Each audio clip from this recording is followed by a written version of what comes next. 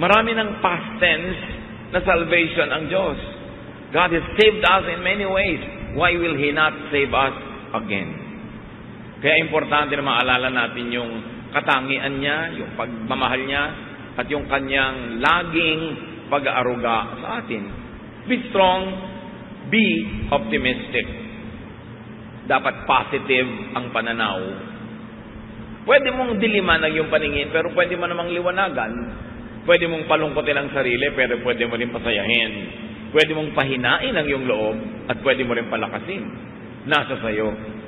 A positive, believing worldview strengthens people. Kahit po sa mga pag-aaral sa mga ospital, yung mga pasyente na may religious beliefs, lalo yung may strong spiritual conviction, mas mabilis sila na mag-respond sa medication. Mas tinatablan sila ng gamot at ng therapy, at ayon sa pag-aaral, mas mabilis silang gumaling. Napakahalaga na pati ngayon ang siyensya ng medisina ay nagpapatotoo na ang pananalig ng tao mayroong kinalaman sa kanyang kalakasan ng katawan. Na pag buo ang kanyang loob, pati ang katawan niya sumusunod. But negative worldviews weaken people. Yung taong laging negative, lagi ang iniisip ay yung masama, yung marumi, yung mahirap, humihina pati ang resistensya ng kanyang katawan at mas dumadali na dapuan siya ng sakit. Psalm 121, 1-2, I look to the hills. Where will I find help? It will come from the Lord who created the heavens and the earth. Itong verse na to, pwedeng maraming kahulugan, yung hill. Hill could mean mountain, could mean problem. Hill could mean kumukulong sa'yo, nakapaligid ng mga burol na mahirap akyatin, mahirap lampasan. But from the same hills can come the help of the Lord. So the same trouble that comes to you could be the source of your salvation. The same difficulty could be the source of your strength. The same problem could carry it with its own solution. At tatandaan natin mga kapatid, lahat ng problema may solusyon. Bakit? Kasi pag walang solusyon, hindi yun problema. At pag hindi problema, di huwag problemahin, tanggapin, mahalaga positive ang iyong pananaw. Romans 8:28, we know that God is always at work for the good of everyone who loves Him. Pag ito dinibdib natin, na ang Panginoon ay laging gumagawa sa ikabubuti ng mga nagmamahal sa Kanya, kahit kuminsan sa biglang tingin, ay parang hindi maganda yung nangyayari sa buhay. O kahit tagalan mo pa yung tingin, titigan mo at suriin mo, parang mahirap talaga yung nangyayari. Pero kung ikaw ay umiibig sa Panginoon, may paghuhugutan ka ng lakas.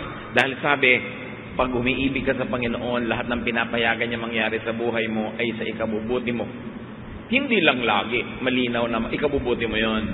Pero kung may pananalig ka, malalampasan ang paningin mong physical, yung nakikita mong parang hindi maganda.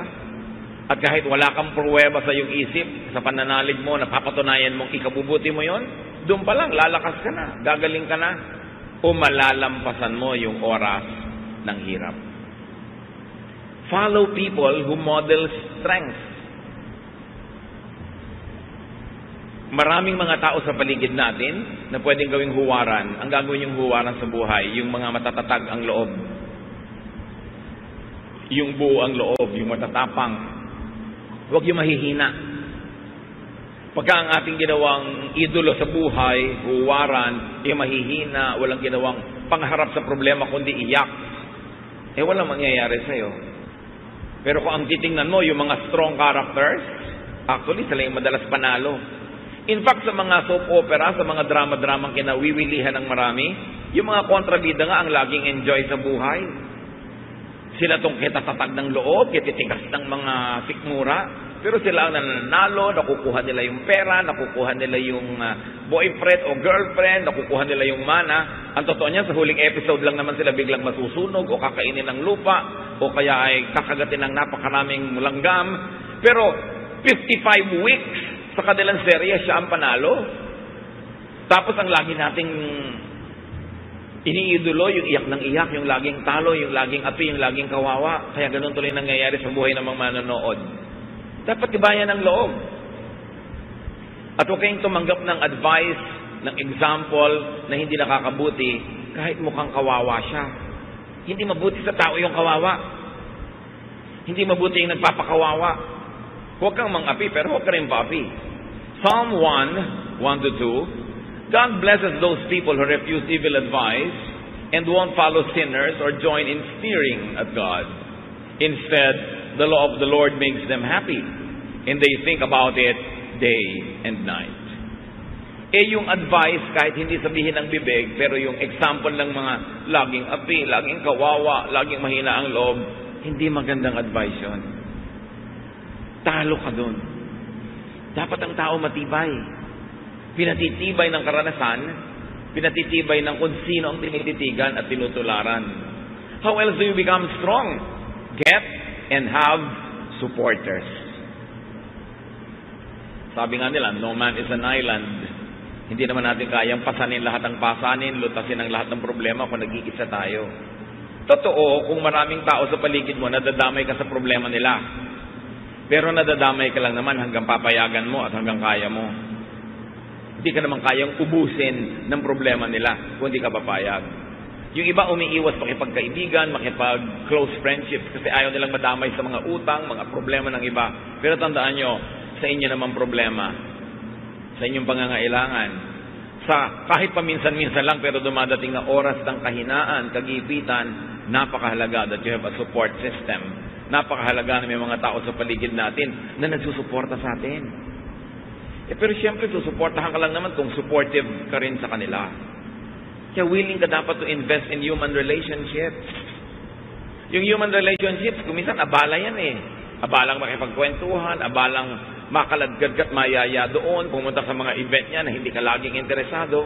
Pero isipin mo na rin na sa ikabubuti mo rin yon. Dahil darating ang panahon, kakailanganin at kakailanganin mo ang iyong kapwa-tao. Ecclesiastes 4:9-12, you are better off to have a friend than to be all alone. Because then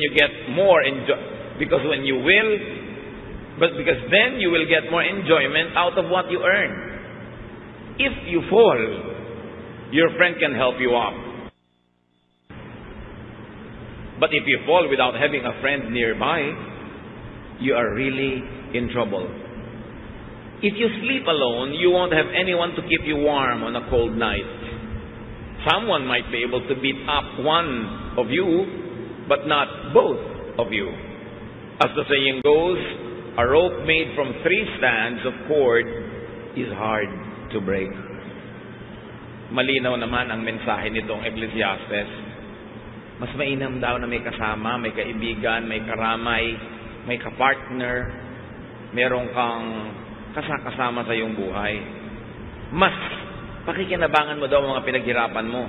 Siyempre, kung kakain ka, mas masarap naman may kasabay kaysa nag-iisa ka. Kahit pa nga ilibre mo siya, may kasabay ka naman.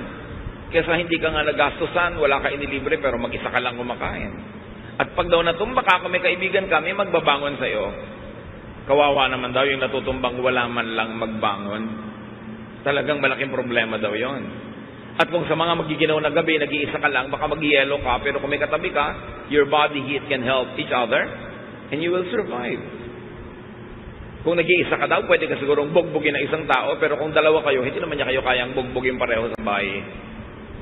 Ang 3 hibla na itinitirintas at pinagsasama-sama ay higit na matibay kaysa 3 hiwa-hiwalay na hibla ng sinulit.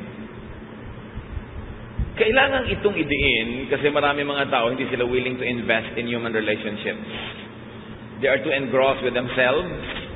They like to have their resources only for themselves. Ayaw nila magbigay, ayaw nila mag-share, ayaw nila maabala. Pero mabuti lang yun habang ang tao ay bata at malakas. Kaya yung yabang nasa kabataan. Kaya mo magyabang, kaya mong manikis ng kapwa, kaya mo mag-isa. Kasi malakas ka pa eh. Pero dumarating ang panahon na humihina ang tao, tumatanda, na nakakatayo ka na lang nakakalakad dahil inaakay ka ng iba. Doon mo ngayon maiisip ang halaga ng mabuting pakikisama at pakikitungo sa kapwa. Dahil sino sa mga inapi mo, hindi mo ginawa ng mabuti ang magiging handa na tumulong sa iyo. Yun nga mga tinulungan mo nun, hindi rin lahat willing na tulungan ka. Lalo naman yung hindi mo tinulungan. Kaya dapat ang karunungan dumarating habang kabataan pa lang. Pwede ka magyabang pagbata ka eh. Kayang-kaya mo mag-isa. Pero hindi laging ganon ang buhay. Gusto niyo maging malakas sa oras ng inyong kahinaan? Na wala na talaga kayong lakas? Panghihiram kayo ng lakas ng iba. Kaya kung marami kang tinulungan, marami kang pinahiram, sakali namang di ka makalakad, akayin ka naman ng iba, yung lakas niya ang nagiging lakas mo.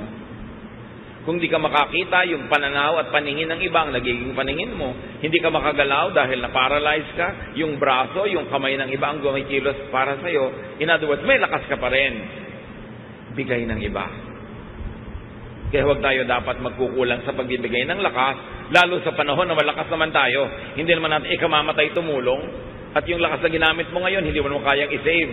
Pag na hindi mo na nagamit yun today, wala ka nang paggagamitan nun. Bukas may ibang lakas, ang ibang mga gawain. Dapat ang tao may kaibigan. At hindi tayo dapat maging maramot na yung ating mga mahal sa buhay ay makipagkaibigan sa iba't ibang tao. Kuminsan kasi may mga magulang, may kapatid na sobrang mga seloso. Ayaw nila na yung mga anak nila ay nakikipagkaibigan kung kani-kanino. Sabi na tayo na lang ang magtulungan dito. Pero yung magulang hindi naman lagi nandyan. Tumatanda, binabawi ang buhay. Sino ngayon ang kasama ng inyong mga anak o apo? Kuminsan mayroong mga sobrang conservative na mga pamilya. Ayaw na maipaligawan ng kanilang mga anak. Ayaw magkaroon ng boyfriend. Hanggang nagtandaan na, wala tuloy mga partner sa buhay. O pag natanda noon, sinong kasama? Yung mga mahihigpit na matatanda, yung higpit ng higpit, kaya nyo pa bang samahan yung mga anak nyo at apo pagka sila na lang natira? Pero pinagkaitan nyo na makadevelop ng mga relasyon. Kaya dapat hindi tayo ganon. Hayaan natin na yung mga tao makadevelop ng mga kasama nila. Hindi naman natin masasamahan habang panahon. Pero darating ang panahon na kailangan nila ng kasama. It's important. At kung kayo naman ay halimbawa biglang nagka-boyfriend, nagka-girlfriend, nagka-asawa, huwag yung biglang lilimutin na inyong mga kaibigan, mga kamag-anak, dahil meron na kayong papa na ipinagmamalaki, meron na kayong mommy na ipinagmamalaki. Kasi kuminsan, pag dumating ang panahon na nagkagalit kayo at naghiwalay, eto mga kaibigan mo na naman ang karamay mo sa buhay. Mga papa and mama, they come and go, but friends remain. That's why don't commit the mistake of neglecting your friends just because you have a lover, a partner, a spouse. Darating ang panahon, maaalala mo sila, lalo kung bigla kang iniwan ni lover. Be wise. Proverbs 17:17, a friend loves at all times, and a brother is born for a time of adversity. At sabi sa Proverbs 17:17 din, sa ibang version, a friend is always a friend, and relatives are born to share our troubles. So ang mga kaibigan natin, ang mga kamag-anak ay talagang nandyan para makihati sa ating mga problema. Ang dapat magsasabi nun yung tumutulong, hindi yung nagpapatulong na parang duty tuloy ng iba na tulungan ka dahil sabi ng verse. Pero ang nagsasabi nun, tutulungan kita.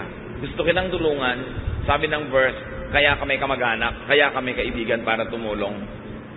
Pero huwag nyo masasabi sa kamag-anak nyo, hoy, kamag-anak kita, therefore duty mong tulungan ako. Nawawalan ng motivation ang tutulong pag ganon. Mga kapatid, may isa pang napakahalaga para maging tao maging malakas. Sa paghanap ng mga problema, kasakitan, mga suliranin, earn and save money. Dapat kanta ka ng money. Dahil talagang mahalaga ang pera. Kung hindi pera, o dagdag sa pera, dapat meron ka insurance. Meron kang pension pagtanda mo. Kaya yung mga tao sinasabihan natin, oy, magbayad kayo ng SSS payments nyo para pagtanda nyo, meron kayong pension. Tapos sabi, magkano na yun? 6,000 a month. Aba, pag wala kang kapera-pera, malaki na yung 6,000. At kung walang magpalibing sa'yo, at least bigyan ka man lang ng SSS ng kabaong na styrofoam. O lawanit na may pakumbakya. Ano naman kung nalalaglag ka pag binuhat yung ataol, at least meron. Kesa wala. Katulad ng mga citizens sa ibang bansa, halimbawa sa Amerika, ang pensyon mo, pag nag-60 ka, depende kung magkano taxes ang binayad mo at ikinontribute mo sa iyong social fund habang nagtatrabaho ka. Yung iba nagpapalusot, hindi sila nagbabayad ng tax, puro under the table, hindi sila nagko-contribute sa mga social fund, hindi sila kumukuha ng insurance. Akala nila ngayon, mas marami silang perang ginagasta. Yes, habang malakas ka, marami kang perang ginagasta. Pero kung wala ka ng mga insurances na yan at pension plan, pag tumanda ka at kailangan mo na ng pera at hindi ka na makakapagtrabaho, doon ka ngayon walang pera. Iba ang lakas ng loob pag may pera sa bulsa. Ecclesiastes 7:12, money is a shelter. Totoo yun. Huwag kayong magbanal-banala na parang walang kwenta ang pera. Sabi sa Bible, Ecclesiastes 10:19, money is the answer for everything. Siyempre, figure of speech yun. Pero ibig sabihin lang nun, money is a solution to many, many things in life. Kaya dapat ang tao, habang kaya, malakas, kumita, mag-save, mag-invest, get a pension plan, get an insurance with a reputable company, kasi kakailanganin mo yan. Hindi ka laging pwede magyabang na, kaya ko. Hindi tayo sure. Iba na yung merong itinabi. Tulad ng babae sa Proverbs 31:25, dahil siya masipag, marunong mag-invest, marunong magtrabaho, sabi, she who has money is strong and graceful, as well as cheerful about the future. Sabi ng ibang version, she is clothed with strength and dignity. She can laugh at the days to come. Why can a person laugh at the days to come? Pag may pera siya. Pag magpapa-hospital siya, hindi siya nag-aalala. Pagtatawanan lang niya yung hospital. May pera ako. Sige, i-confine niyo ako sa magandang kwarto. Pero pag wala kang pera, pwede ba dito na lang ako sa koridor? Diba? Pwede ba dito na lang ako sa labas ng ospital? O kaya hindi ka pagaling, ilabas yun ako, mamamatay ako sa presyo. Kung may pera ka, di magpapagamot ka ngayon. Although namamatay ka rin naman kung may pera ka, pero nang mamamatay ka, nakangiti. Importante niyan, make and keep receiving material blessings by giving. Isang sikreto na hindi naman dapat sikreto kasi sinasabi naman sa Biblia ito, para makatiyak ka na lagi kang tatanggap sa Panginoon, dapat palabigay ka sa gawain ng Panginoon at sa mga taong nangangailangan. Proverbs 3:9, honor the Lord by giving Him your money. Malinaw na malinaw. At sa Malakay 3:10-11, walang kamatayang katuruan. I am the Lord all-powerful, and I challenge you to put me to the test. Bring the entire 10% into the storehouse so that there will be food in my house. Then I will open the windows of heaven and flood you with blessing after blessing. I will also stop locusts from destroying your crops and keeping your vineyards from producing. Ang Diyos nanghahamon. Sabi niya, hinahamon ko kayo. Subukan niyo ako. Huwag kayong mandaya sa inyong mga tithes. Pag hindi ko binuksan ng mga bintana ng langit at pinabaha sa buhay niyo ang walang katapusang blessing. At hindi lang yon, pipigilin ko ang mga salot na kulisap sa paninira ng inyong mga tanim. Ipoprotekta ko ang inyong negosyo, ang inyong mga hanap buhay. Ganon. At makikita nyo kung gaano ka tapat ang Panginoon sa kanyang pangako. At sabi niya sa Deuteronomy 15:6, no one in Israel should ever be poor. So hindi balak ng Diyos sa kanyang mga anak na may mga mahirap. The Lord your God is giving you this land and He has promised to make you very successful if you obey His laws and teachings that I am giving you today. You will lend money to many nations, but you won't have to borrow. You will rule over many nations, but they won't rule you. That is the promise. Pero merong kondisyon. Kung susunod ka sa kanyang mga utos, hindi nyo mararanasang mangutang, kayo ang magpapautang. Hindi nyo mararanasang mangamuhan, kayo magiging amo. Pero may kondisyon. Maging tapat tayo sa Panginoon, maging generous. Alam niya kung paano magsukli sa ating buhay. Isa yan na hindi natin naaalala na madalas, na isang napakalaking insurance, savings account, yung ikaw ay giver. Ikaw ay generous, even to people that are not close to you but who are needy. Bawat bigay mo sa nangangailangan, bawat bigay mo sa gawain ng Panginoon, ang Panginoon ang magsusukli. At sa palagay nyo kaya, papayag ang Panginoon na may utang siya sa inyo? Oras na ikaw ay nagbigay, lalo kanyang bibigyan, kasi hindi naman pwedeng mas marami ka pa ibinigay sa kanya, siya ang Diyos. Maraming tao na ang nakadiskubre nito. Merong hindi pa rin madiskubre kasi ayaw subukan. Pero yan talaga ang secret of a very abundant life, to be generous. How else do you become strong? Practice facing and handling hardship. Kung lalaban ka ng contest, dapat may practice.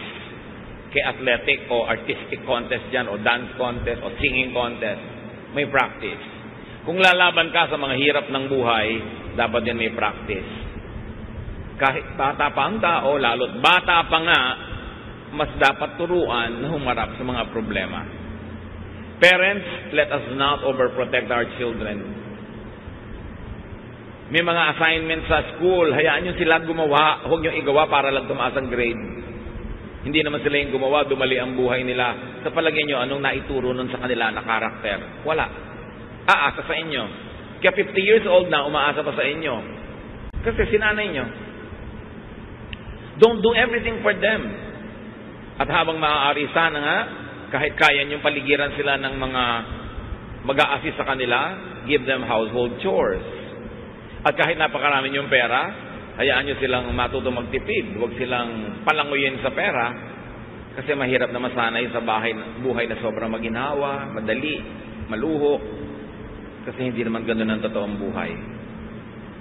At hindi naman kayo laging nandyan para sila bigyan nun. At nandyan naman kayo, hindi naman tayo sure na lagi kayong may ibibigay. James 1:2-4, my friends, be glad even if you have a lot of trouble. You know that you learn to endure by having your faith tested. But you must learn to endure everything so that you will be completely mature and not lacking in anything. Pagtiisan daw ang dapat pagtiisan. Pagtiyagaan ang dapat pagtiyagaan para kayo lumago. Walang kulang sa inyong pagkatao, sanay kayo na bumata ng hirap. And as we have said, it's better to practice early. Kaya sabi ni Balagtas sa Florante at Laura, pag-ibig anak ko yaking nakilala, di dapat palakihin ang bata sa saya. At sa katuwaan kapag namihasa, paglaki walang hihinting ginhawa.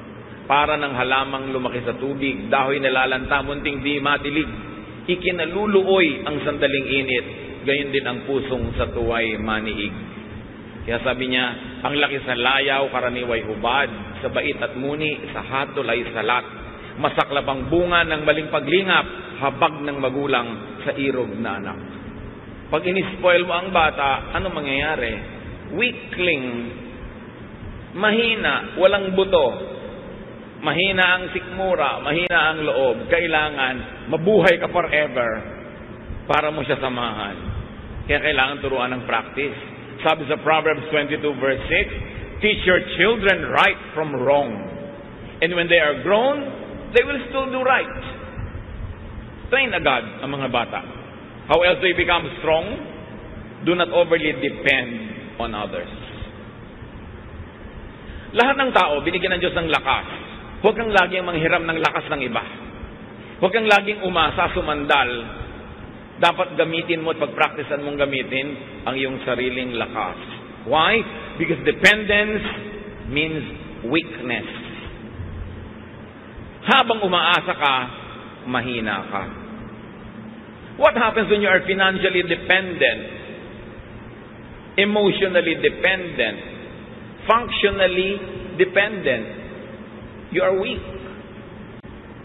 May mga asawa na binubugbog, pinagtataksilan, halos ay lapastanganin na lang ng husband, hindi makahiwa-hiwalay, hindi makabuo ng sariling buhay. Bakit?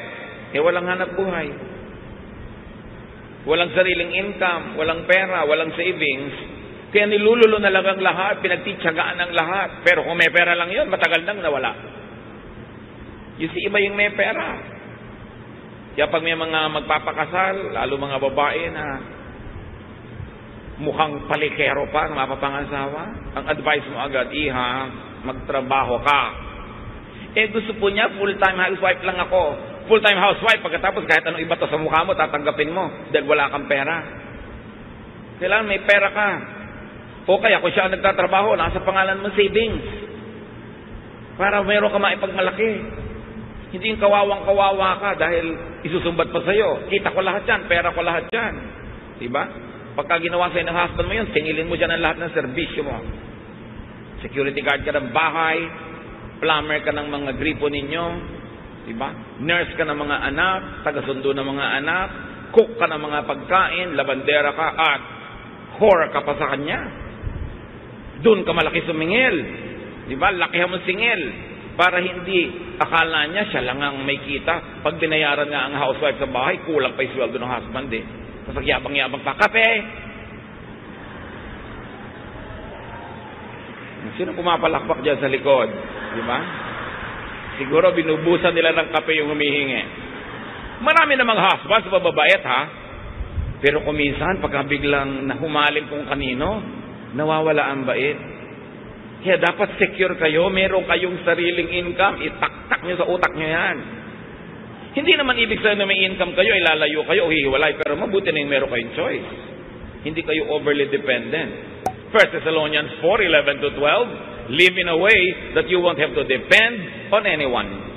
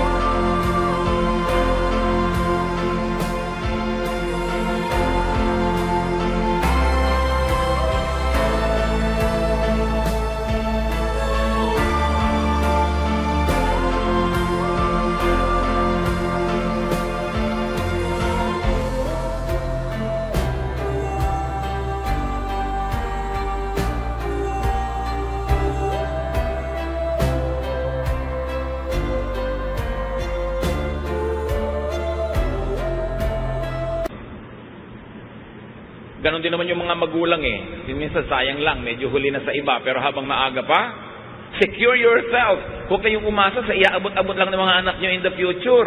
Dahil kung minsan, ang dalang ng abot. Ang konti. No? Napa-hospital ka ng 7 araw, bibigyan ng pambili ng medical.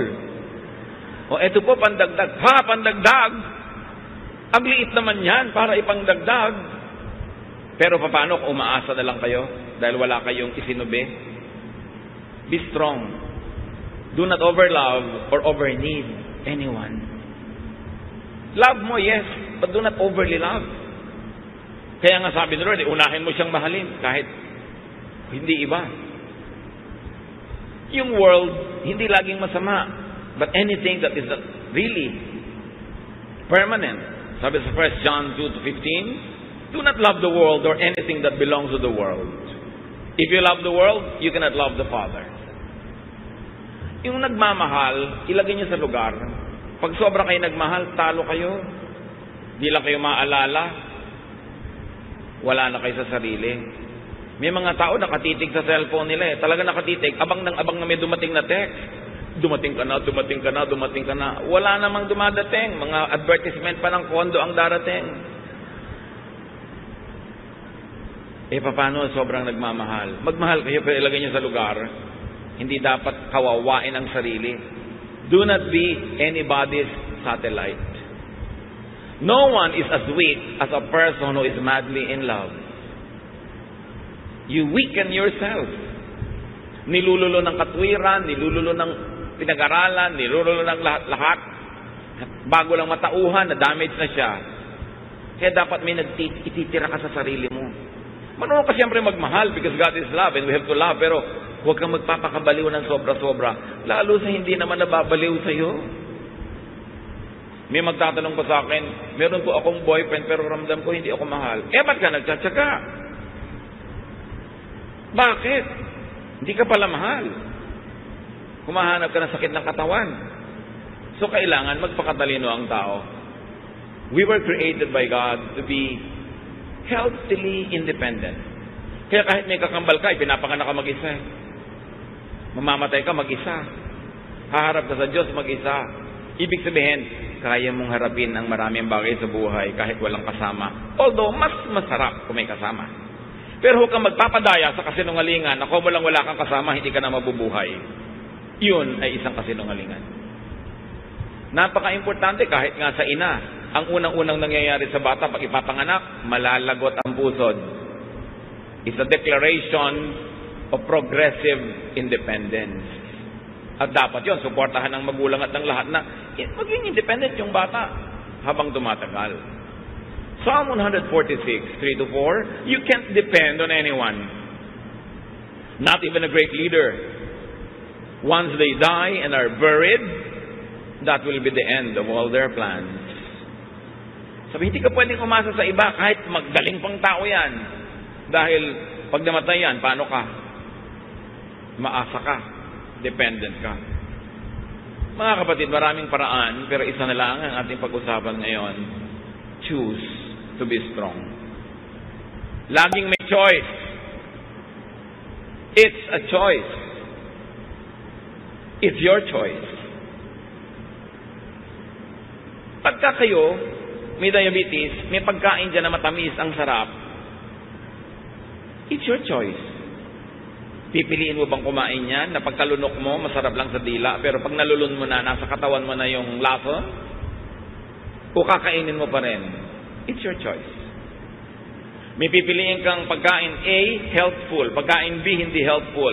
Alin ang pipiliin mo doon? It's your choice. Ganon din. May problema ka. Pwede kang maging manghina, himatayin, manlumo. Pwede ka pa nga magpakamatay. May gumagawa pa nun. Pero ba't naman yun ang pipiliin mo? It's your choice. Choose to be strong. Iniwan ka ng asawa mo. So, gusto mong mamatay dahil lungkot na lungkot ka na. Daya ka at saka dependent ka pa. So, no, I choose to be strong. I will not be a loser. Meron kang sakit, malalang sakit. Pwede ka maawa sa sarili, pwede ka magmukmok, but you can choose to be strong. I will choose to be strong. I will maximize whatever is left of my life. I will do whatever my health allows me to do. I'll choose to be strong. I'll choose to be victorious. I'll choose to be cheerful. Although I can choose to be sad. But why will I choose to be sad? Meron kayong namimiss. Ang lungkot-lungkot nyo, magkahiwalay kayo. You can choose to be alone in a room and be sad. And you can choose to go out and amuse yourself. Do something to forget it. It's your choice. Pinipili natin kung magiging mahina tayo o malakas. 2 Corinthians 4, 8-9. We often suffer, but we are never crushed. Even when we don't know what to do, we never give up. In times of trouble, God is with us. And when we are knocked down, we get up again. Natumba ako, yes, pero hindi ako papayagan na tapakan ako ng lahat ng dumadaan. Tatayo ako uli. Nadaya ako, yes, pero may buhay pa ako, babawi pa ako. Hindi ako magmumukmok sa buhay. 2 Corinthians 4, 16-17, we never give up. Our bodies are gradually dying, but we ourselves are being made stronger each day. These little troubles that are getting us ready for an eternal glory that will make all our troubles seem like nothing. Ganon, hindi tayo susuko. Yung mga problema na yan na ating kinakalaban, magiging trophies yan later. Bawat bato na ihahagi sa atin ay magiging monumento. Bawat sugat ay magiging tropeo if you choose to be victorious. Kaya sabi sa Deuteronomy 3:31-6, be brave and strong. And the Lord Jesus echoes that, have peace, do not be afraid. Pag nangihina kayo mga kapatid, pinipili nyo lang yun. But sometimes hindi tayo aware. Hindi tayo aware, ipinapakain natin yung ating lakas sa mga negative forces. Joshua 1:9, I've commanded you to be strong and brave. Don't ever be afraid and discouraged. I am the Lord your God, and I will be there to help you wherever you go. God's people are strong and brave, not weak and afraid. Hindi ganon. Dapat ng tao lakasan ng loob. 1 Corinthians 16:13, keep alert, be firm in your faith, stay brave and strong. Wala kayong kaharap ngayon o haharaping problema na hindi na nakaharap ng mga tao noong unang panahon pa. Walang bago sa mundo. Walang bagong problema ang hindi pa nadinig ng Diyos na idinaing sa Kanya ng mga tao. Walang bago. Therefore, lahat yan may katapat na. Lahat ng kahinaan ay may katapat na lakas. Ang lahat ng tanong ay may katapat na sagot. Pusali man ay may katapat na langit, sabi nga ng matatanda. So huwag tayong lagi na lang mag-awa-awa sa sarili. Huwag laging magpaawa sa kapwa. Kumusta ka? Eto, kawawa naman ako. Eto, mahina ako. Eto, may sakit ako. Ang dami mo na mapipiling ibalita. Kumusta ka? Pwede mo sabihin, wow, ang saya ko, nagising pa ako ngayong umaga. Pero pwede mo sabihin, ang taas-taas nga ng BP ko. It's your choice. Anong gusto mong topic? Pero mga kapatid, pa ang laging gusto nyong topic ay yung kayo mahina, kayo kawawa, kayo walang pera, mapapansin nyo, pakonti ng pakonti ang gusto makipag-usap sa inyo. Sino naman ang gusto makipag-usap sa laging daing ng daing? Yung kausap nyo, marami ring dapat idaing, pero hindi lang niya idinadaing.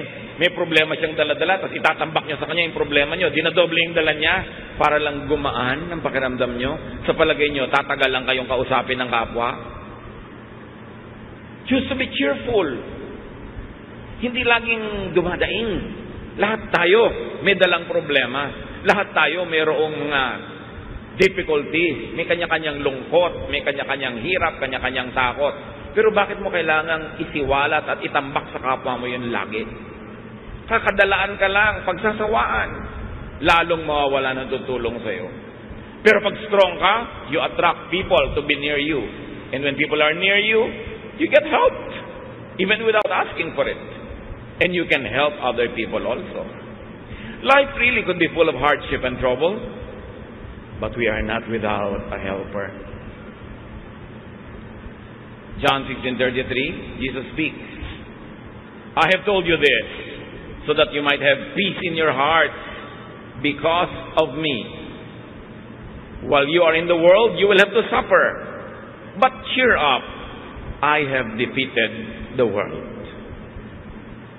Sabi ni Lord, walang bago sa mga sinusumbong mo. Kasama ng buhay yan. May pagdurusa, may paghihirap. Pero huwag kang mahinaan ng loob.